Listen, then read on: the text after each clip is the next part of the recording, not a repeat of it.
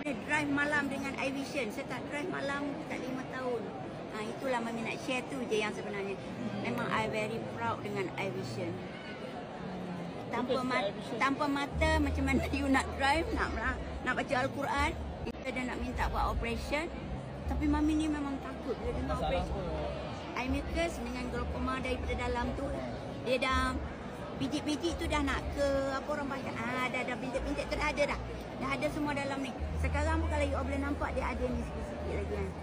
Saya cakap dengan anak, doktor nak operation mata mama. Mama takut lah nak operation mata. Dia cakap tak apa Ma, tunggu sekejap. Nanti dia balik, dia buat balik iVision. Mami ambil iVision tu makan 2 minggu saja. Tapi Mami ambil 2 pagi 2 malam. Air mata Mami ada balik. Mami tak ada air mata dah almost 10 tahun dah. Orang ceritalah masalah sedih. Tengoklah filem macam mana sedih pun kan. Tak reti nak menangis. Tak keluar air mata.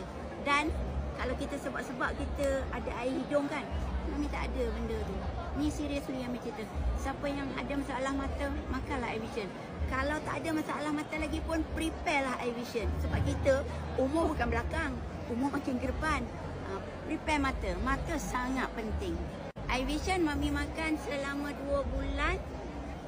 Mami dah keluar air. Lepas tu pergi cek dia punya eye mucus ada lagi sikit-sikit masa tu. Tapi sekarang dah belagak.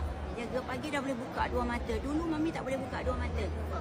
Mami cuma boleh buka sebelah mata ni, kena tunggu a few minit lah baru boleh buka. Dia tahulah cerita Mami ni. Jadi kita cuba nak buka sendiri, letak tangan buka macam ni, dia jatuh balik. Ni left side. Sini okey. Lepas tu sejak Mami makan iVision, Mami mengaji Quran ke, Mami drive ke, Mami tak pakai spek. Sampai sekarang Mami tak pakai spek.